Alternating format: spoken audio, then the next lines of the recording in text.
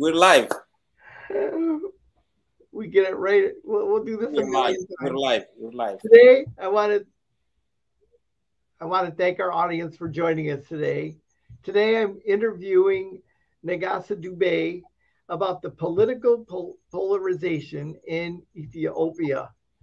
So, Nagassa, you've been a peace advocate since I've known you and a part of the political movement that toppled the EPRDF in Ethiopia, a nonviolent movement, but has since seen violence and struggles afterwards.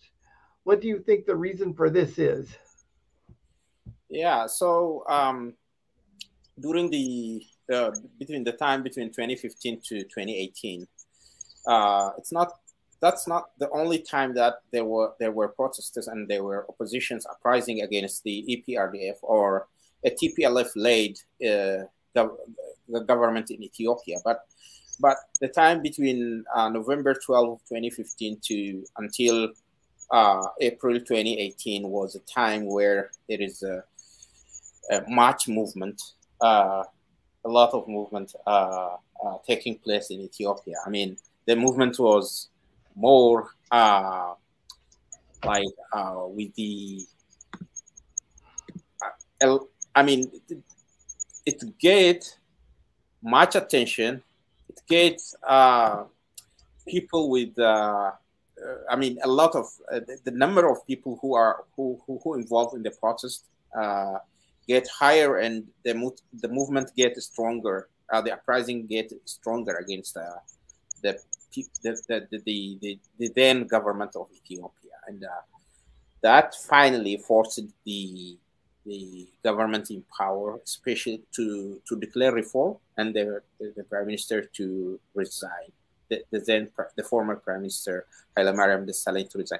Then you know what happened is there were different factions, different groups that were part of the struggle. There are armed groups, there are other groups. I mean, even though the main group is the Oromo youth called the Kero youth, but there are other youth groups that joined this movement. I mean, there were Fano group from Amhara, there were Ejeto from Sidama, there were some other group from Afar, from Somali, and different ethnic group of Ethiopia who joined this movement, and that movement toppled the regime. However, the nonviolent movement was successful in removing the people in power, in bringing the change, the regime change, in forcing the former prime minister to leave power. But it was not able to, different groups who were organized to fight, who were organized to overthrow that government and to come to power. It doesn't lead to a certain group to come to power. So every group that were opposing the former government in power expect itself to replace. And the supporters of those groups expected to come to power. Rather, the thing became what? A reform process. So that means people who were part of former government came to power. Another section, another group within the system replaced those who were more powerful and continued to rule. I mean, that the reform process, in the reform process, those who came to power, for example, they dismantled EPRDF, the former coalition. They formed a new party called Prosperity Party, and they started to lead the reform or the change. So this disappointed the other group. Actually, the reform process, in the first like 1 year and 1 year and a half, everybody was excited because in the reform, prisoners were freed, and banned political organizations were allowed to come back to Ethiopia and to struggle peacefully. And some draconian laws, some were removed from terrorist list, even armed groups. They, and that excited a lot of, there was a hope. So there are two things here. The leaders were hoping to share power, political power. That didn't happen. And they were also, there were a lot of expectation, within some political group that they would succeed to power. That didn't happen. So the reform process was slow. It doesn't when reform happens, you can't satisfy everybody. You can't satisfy every group. Every group cannot be satisfied by that. So just taking the armed groups, now you see there were 3 armed groups who were fighting in that process. So one of the armed group is there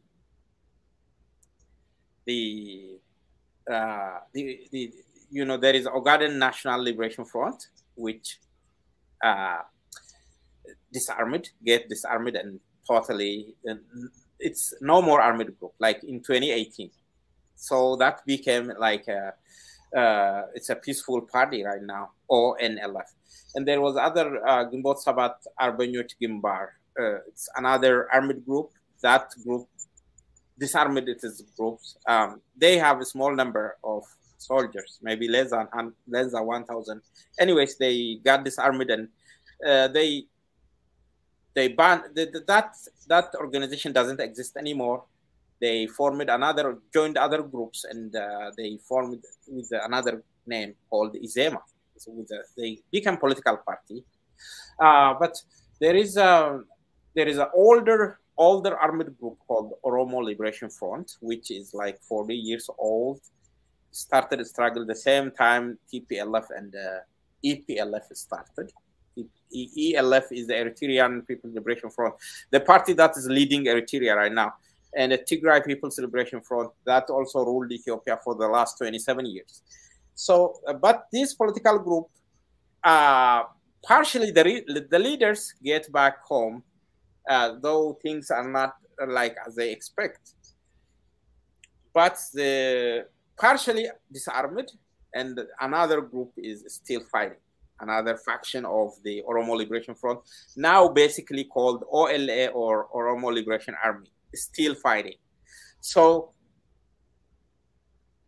another major event is the TPLF, which toppled the Darg region, which ruled Ethiopia, which was a dominant party in Ethiopia for the last 27 years.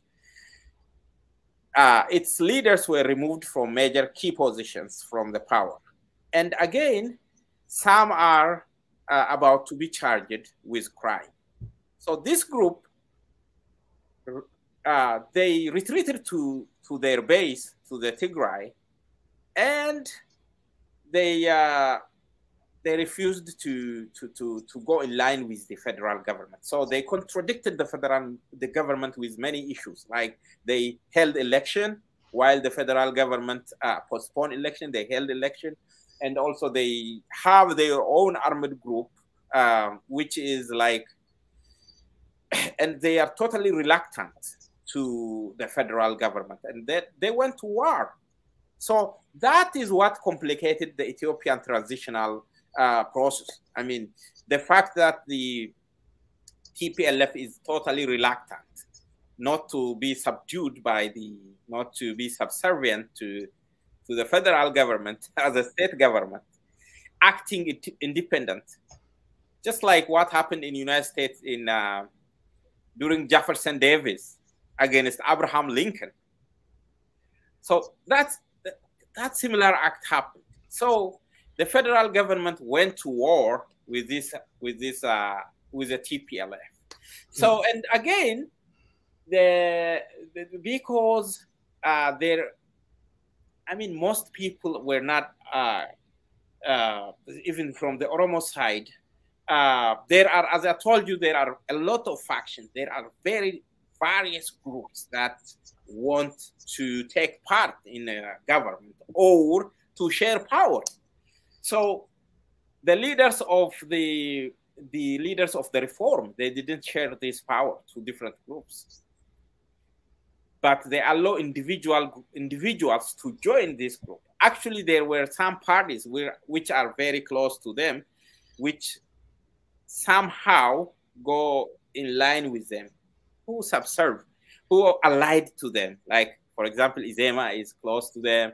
OLF was split into group, and some OLF group look like they work allied to this, to the party in power, to the party that lead reform. They share the power to these people. And they conducted election last May, and most other parties like Oromo Federalist Congress, they didn't take part in the election. So that means, so still the government won. The people in power won like landslide. I mean, like they won like 90% of the parliamentary seat and everything. So because other parties, they boycotted election, and then again, people went to armed conflict. On my part, on this, I have this article that I wrote. I have been advising, continuously advising different groups to remain, to stay, to just to keep their non-violent struggle. I am still a peace activist, as you said. I advocate for peace. I usually, it looks like since 2005, when I read a book by Gandhi, Satyagraha, a book written about the non-violent struggle of Gandhi in I read that in Ethiopian prison, because I was in Ethiopian prison between 2004 to 2007. We were detained because we organized a protest in Addis Ababa University, and the then powerful party called the EPRDF, which was led by TPLF, they throw us to prison and charged us as members of Oromo Liberation, OLF, this guerrilla fighter, armed group right now. Still, partially, some part of OLF is still conducting peaceful struggle. Another faction of OLF is still conducting armed struggle. So my advice is the same. I believe that a non-violent movement is more successful in toppling the government. I know that, but this non-violent movement, once you remove a government, it doesn't guarantee that the group, the organized group would come to power. Still, it doesn't guarantee that democracy would come right away. But you have to be consistent, and you have to keep on mobilizing your people and still fighting. Whenever the train go out of the track, you should uprise, you should fight, you should demonstrate. You should be like a well-organized group. You should have a public that has awareness. You need a public which is you should have an educated public. You should have a public that should consistently fight for its rights. Otherwise, if not, it's easy for any group that comes to power to lead the power or the government into like undemocratic rule. And you don't have a guarantee that even the very group that is fighting right now would lead a democracy, the country into democracy. So what happened? What went wrong is we don't have a public that is well aware of the situations, and that can keep on the movement. that can push the button, and we don't have organization that can lead it. It was. Do you have a follow-up, or Michael? Did I respond to your question? Yes. Okay. Very well. Yeah. So we can. Okay. You can ask me further, or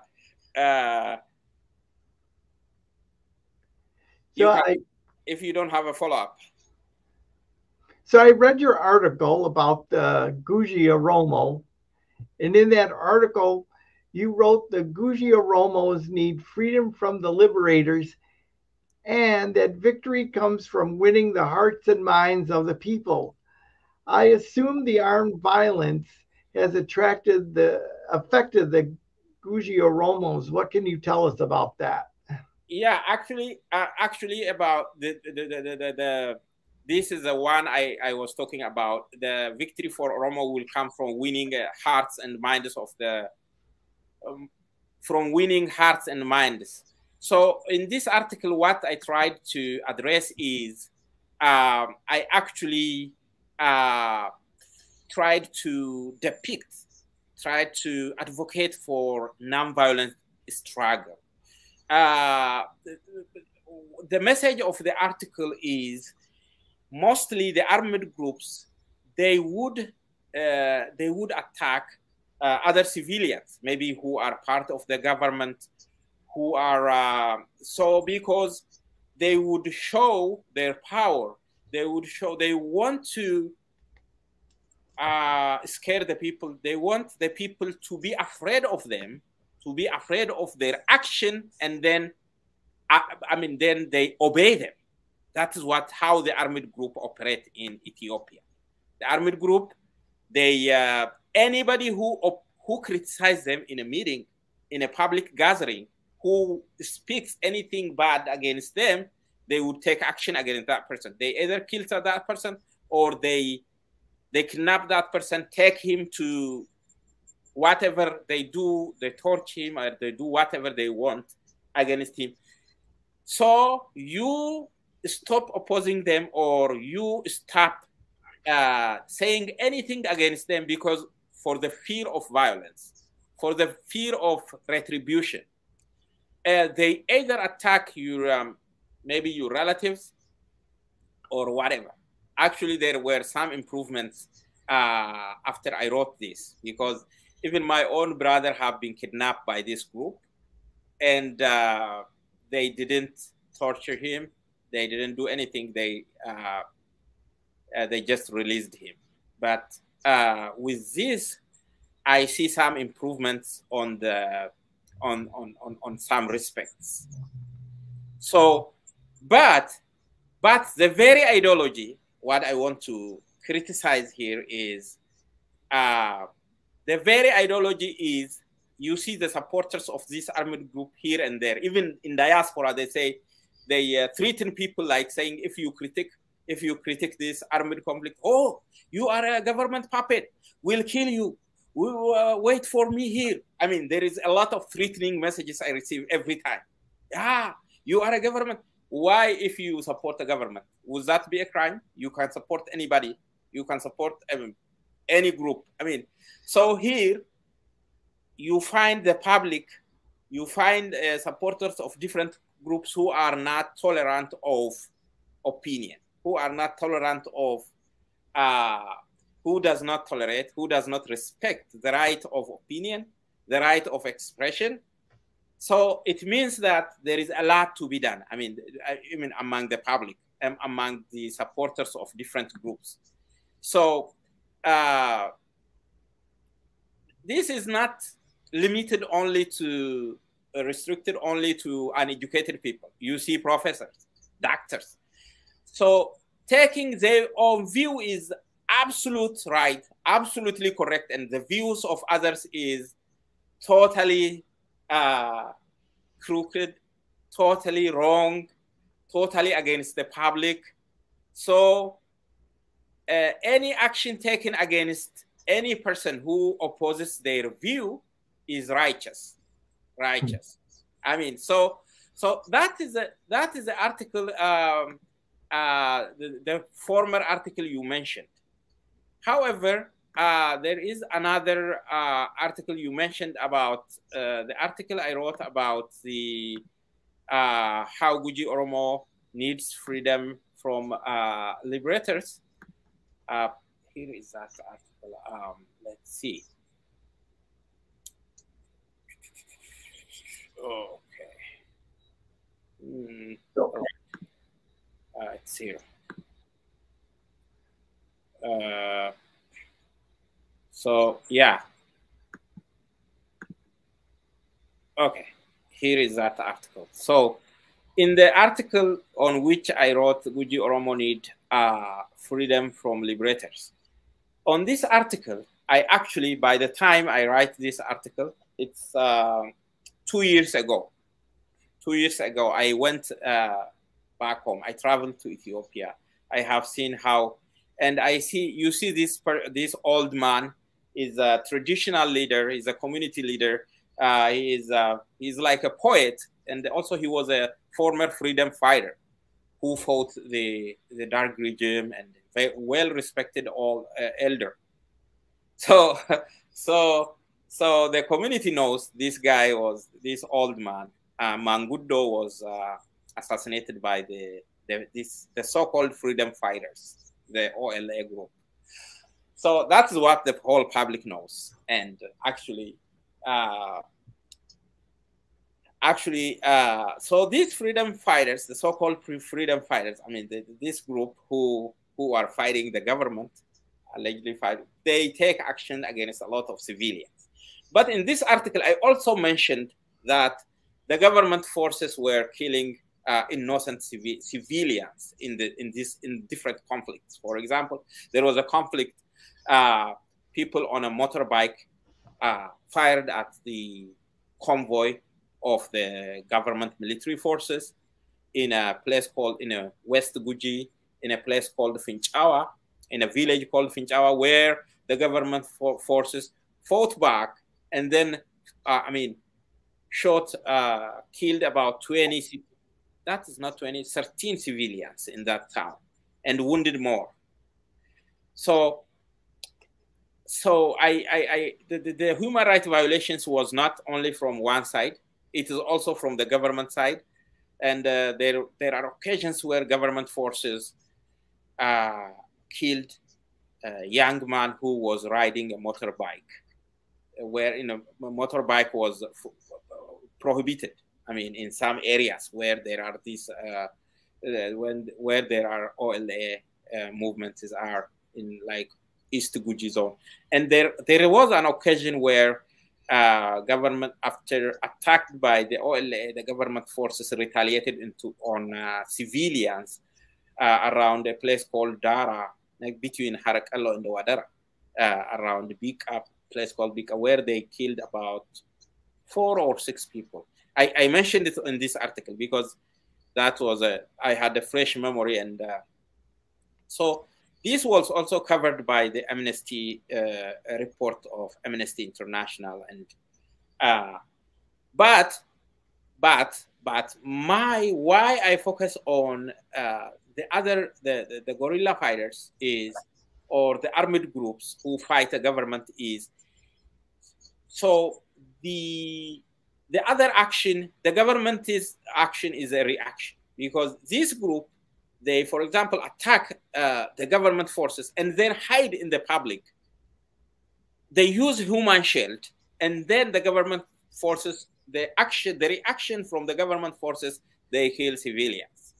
So that doesn't mean the human rights violation is still continued. I mean, it's not like something stopped in those days.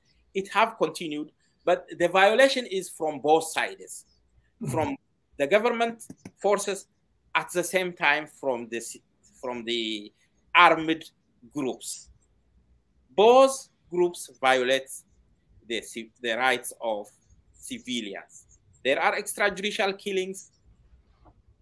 Those forces, they kill people who support the government or people who have a government, who are government employee.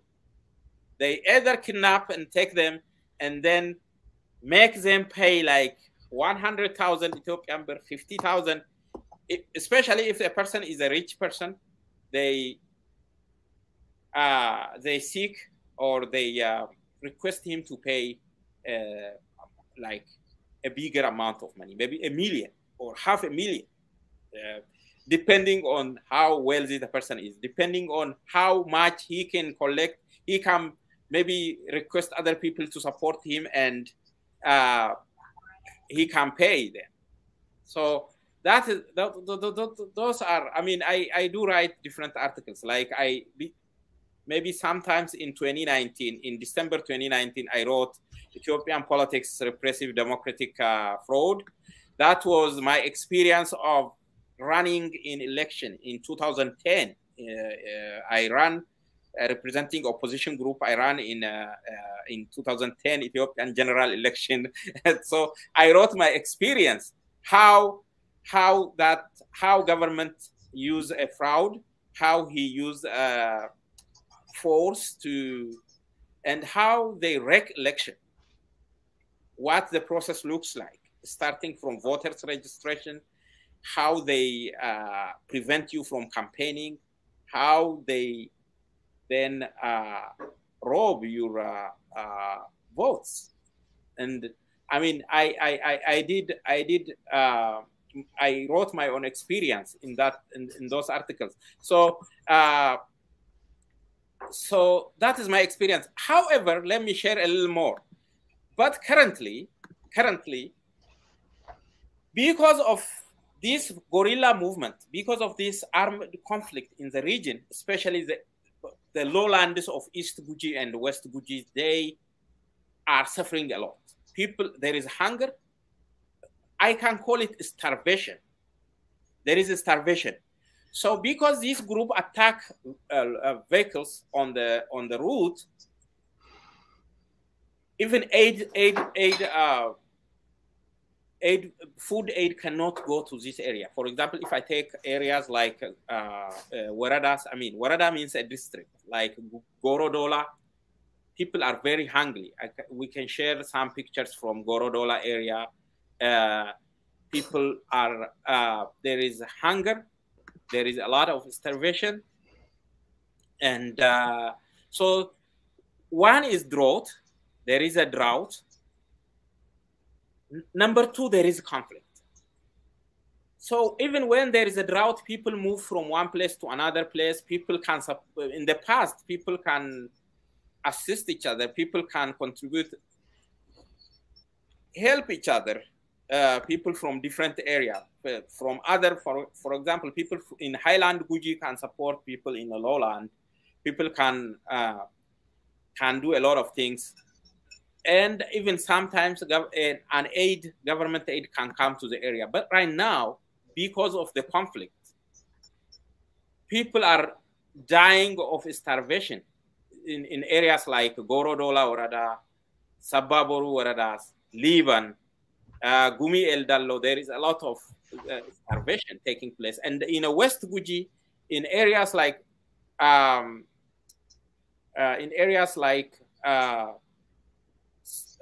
so in lowlands like Finchawa, which is called in Soda Warada, Malka Soda Warada, in Dugdadawa Waradas. These are lowlands of Guji. These lowlands, they are adjacent to the Borana area. In Borana, actually, there is no much conflict like it is in Guji. Therefore, the aid is, people are getting aid. Definitely, these people are most of pastoralists. They have animals. Their animals have died because of the drought. Okay, the animals need water. The animals need something to, you know, their animals need like grass or some other food. Because of lack of food, because of drought, their animals died. So what? They have nothing to live on, okay? Because their animals are dying of hunger. died of hunger because they lost. I mean, there are individuals whose animal, like maybe who lost 20, 30 cattle of the drought, or maybe more. Then these individuals, the animals are their livelihood. So if after their animals died, they have no other livelihood to live on. They have to get aid. And because of the conflict, the aid cannot reach these people. So this area need attention.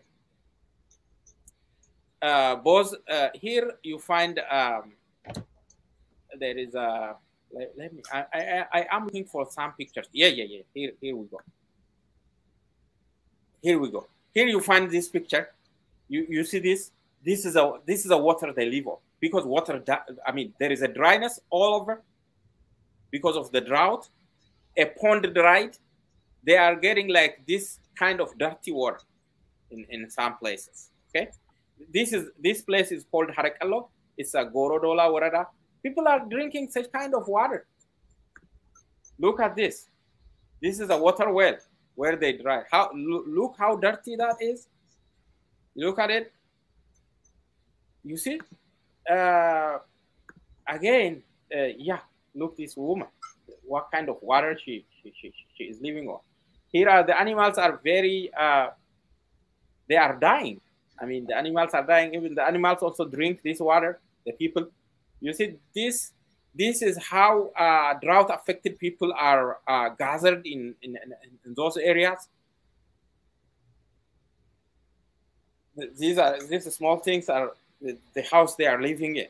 So in general, all I am saying is right now, the conflict and the people, those all other things like being killed either by the armed group, armed guerrilla fighters, or killed by the government is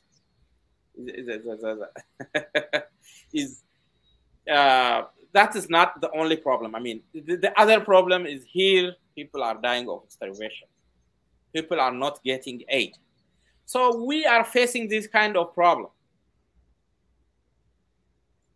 Does this make sense? Do you have Michael? Oh, I was just going to ask. Yeah. Will the government not allow the international community to come in and help these people? So you see, there are a lot of priorities. Right now, the world is focusing on Ukraine issue, right? They are like the whole focus is there. Even before Ukraine, even within Ethiopia, there was a conflict in the north part, in Tigray part.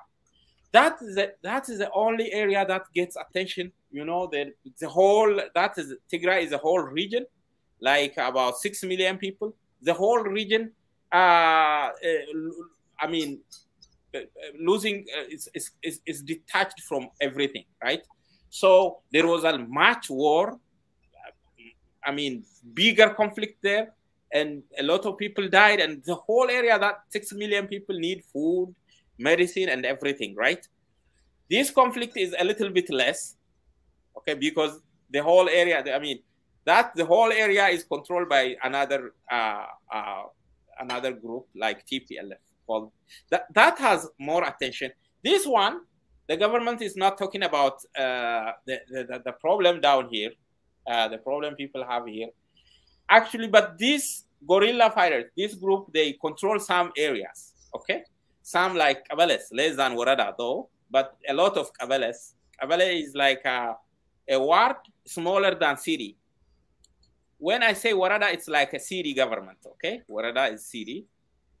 Kabele is something less than part of city. What do you call part of city? In the United States, is it ward? Ward 665 something? What do we call a part of city? A part of the city? A suburb? Yeah, there is a suburb, but there is downtown, but there are for political reasons.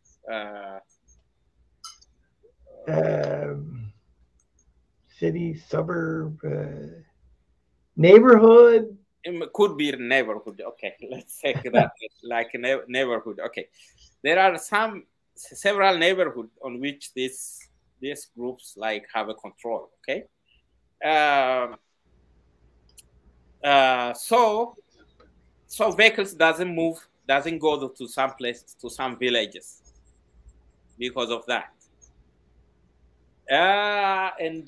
So people has to either move out of that place or die of hunger.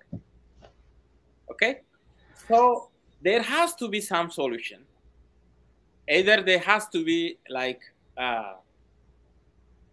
some negotiation taking place between this area, but people should not die because of the conflict between organized group. I mean, between government and other organized group. Both groups should be responsible, should feel responsibility that people would not die of hunger. Okay, that is my concern. So we're facing a more severe, more worse problem than before because of the hunger and drought. Oh, I interrupted you. You can. I don't know what question you were asking, but I interrupted you. You can continue now. I was going to ask, why will the government allow international aid to come in to help alleviate the problem? Or are they just going to say no to any aid whatsoever and just close their borders? Yeah, right now they are allowing. I think other area. I mean, for recent information I have is USAID is giving aid in Borana area, which is adjacent to Guji. Probably even the drivers are afraid of the armed insurgents, the armed groups. So otherwise, I think the government allows. But my point is, even the government should make this possible. Should either do some negotiation with them, or both groups need to be responsible to the people. I mean, people should not die of hunger, and the government should pay attention and work with these other aid organizations to reach to these people, and so that these people would get enough aid and survive. I agree. Yeah, but I don't have enough information what government is doing in this. But my informants from these people, I have on social media a lot of people who are that people are not getting aid. If they get some, they are not getting enough aid. So you think the government is taking the stuff and not passing it out, or what do you think they're doing? So it looks like the government is not prohibiting or banning organizations from supporting the drought-affected areas. However, now the maybe these NGOs, now even the NGOs who were over there, they are leaving the area because of this conflict, because the guerrilla fighters can kill drivers, can attack the vehicles, can take the vehicles. All right. So I see here the issue is not presented in depth, as you know, especially in Guji. The situation is very bad. Yeah, I mean, this issue didn't get enough attention on the part of the government. That's my fault. Okay, government didn't pay enough attention to that. And the aid organization, unless their safety is protected, would they face risk to support people? Would a driver allow just go? Because if he heard drivers are kidnapped by insurgents, would a driver go to that way, to that place? No, a driver would say, no, I want to save. I can't go this way. So, so that's why I'm telling you, both sides, both groups, those who fight the government and the government forces, I mean, both need to be responsible. The government is duty bound to maintain peace and order, whatever way. Either it should negotiate with this group and bring them to the table and disarm them, or he should fight them and maintain the peace of the people, right? Yes. So the lion's share belongs to the government. So the government has to take up responsibility where they need to be responsible in. Yes, correct. Well, I have one last question. So Ethiopia is preparing for an inclusive national dialogue. What is your view on this? And do you have any thoughts or recommendations you would like to see incorporated? Okay. Yeah. Good question. This is I have been advocating for that from the very outset, from the very time this reform, from the time when Ethiopia getting to the reform.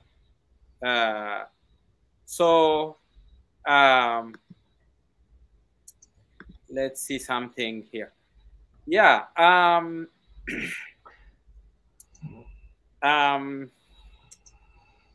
Ethiopia is preparing for an inclusive national dialogue, correct?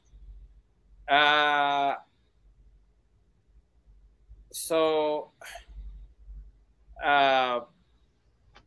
really appreciate the initiative to hold inclusive national dialogue, because there are major issues. There are people who oppose the existing constitution. There are people who does not accept the existing constitution. There are people who want to discard the existing constitution. There are people who support the existing constitution.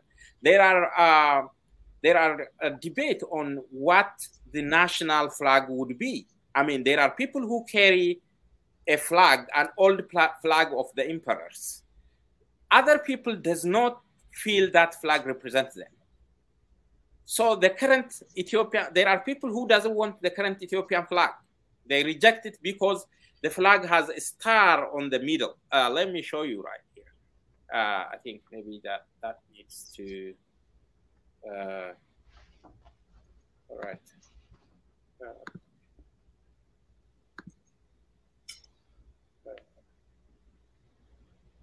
Okay. Anyways, let me. I'll share it later. However, there are things very important for a peacemaking, because, as I told you, you can't hold national dialogue while violence is taking place here and there. A violence should end. A war, a conflict with the Tigrayans, with TPLF must end. There has to be some negotiation. There is a conflict with the group such as OLA. These all groups should come to table, and they should end violence, and they have to also take place. So that way, the national dialogue would be inclusive. Okay, but it should not be only held between the groups that is taking place, that are taking part in a peaceful struggle or in non-violent, or who. It should include other groups, such as groups which are armed. Okay, that way it will be inclusive. Secondly, I also recommend implementing a South African model truth and reconciliation process. Okay, this truth and reconciliation process should, I think, once this national dialogue starts, it should be discussed in the national dialogue, and they should form another truth and reconciliation commission, which should lead a truth and reconciliation process in the country, because there is a lot of enmity, there is a lot of contradiction, there is a lot of polarization. There are people who want to succeed. There are groups who want to secede from Ethiopia. There are regions which are very much polarized, who doesn't want to continue with Ethiopia. And there are groups that are fighting for secession. There are groups which want a unitary form of Ethiopia, or which means they need Ethiopian identity, who advocate for like a unitary Ethiopia. Okay, so all these group are there in Ethiopian politics, right? Like we can talk about three groups. There are groups who want unitary Ethiopia, who does not allow an ethnic-based federalism. They say we should not advocate about ethnic identity. We should forget. I mean, the country should not be, the federalism should not be ethnic-based. Ethnic-based in a sense, they doesn't want to see this multinational kind of ethnic, multinational federalism. They need a unitary Ethiopian identity. I mean, they want every Ethiopian to call itself Ethiopian, and then doesn't really recognize that. There is this one group. We can call that unitary Ethiopianists, or who advocate Ethiopian identity. There is ethnic nationalists who advocate for ethnic-based federalism, the second group. There is a third group who advocate for secessionism. Unitarists, ethnic-based federalists, or multinational federalists, and secessionists. So Ethiopia has all these three groups. So we need a truth and reconciliation process. Even when this reform began in 2018, there was this commission was established by Parliament. They didn't do anything. The time their 2 years span lapsed without them doing anything, and that commission is no more existing right now. We need a commission. We need skilled people. Maybe we need assistance from international, maybe UN or other skilled organizations. For example, the group in Minnesota, the Advocates for Human Rights, they have skilled people. They have been participated in Truth and Reconciliation in Liberia. We need such kind of organizations who have skill. I mean, the very traditional way of like reconciling people is not enough. This thing is scientific. It needs, for example, Canada is undergoing Truth and Reconciliation for indigenous people. In United States, there is a movement for reconciliation, and not only reconciliation, repatriation, reparation for blacks and for like indigenous people. So many countries, they undergo, they do this Truth and Reconciliation process, but it's not like we have tradition where people, the elders would reconcile people. That's not enough. It's more than that. It's more than that. It needs research. We need skilled people to take part in this process. I believe we need this Truth and Reconciliation process to take place. So did I answer your question or did I explain well? Do you have a follow-up? Nope, that was very well said. Yeah. So on my part, I think I do commend, I do appreciate that the government have this initiative. This is very important. People should discuss on very important national issues. There are a lot of issues on which there is polarization, on which there is contradiction, okay? So people, stakeholders should sit down, discuss on these issues.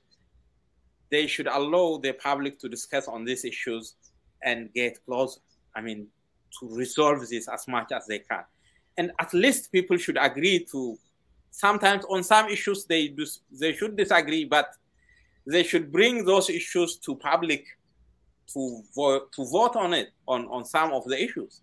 They should vote on those issues. Everybody should be included in this. And that should determine the fate of the future of the country. Very well said. Yep. So unless if you have a question, yeah, you can continue. That's all I have. Okay. All right. So if that is so you can wrap up our discussion then. Thank you very much for allowing me for giving me this to be part of this discussion. Oh, you're welcome. And I want to thank our audience for joining us today. We've been hearing Nagessa Dube and hope to see you next time.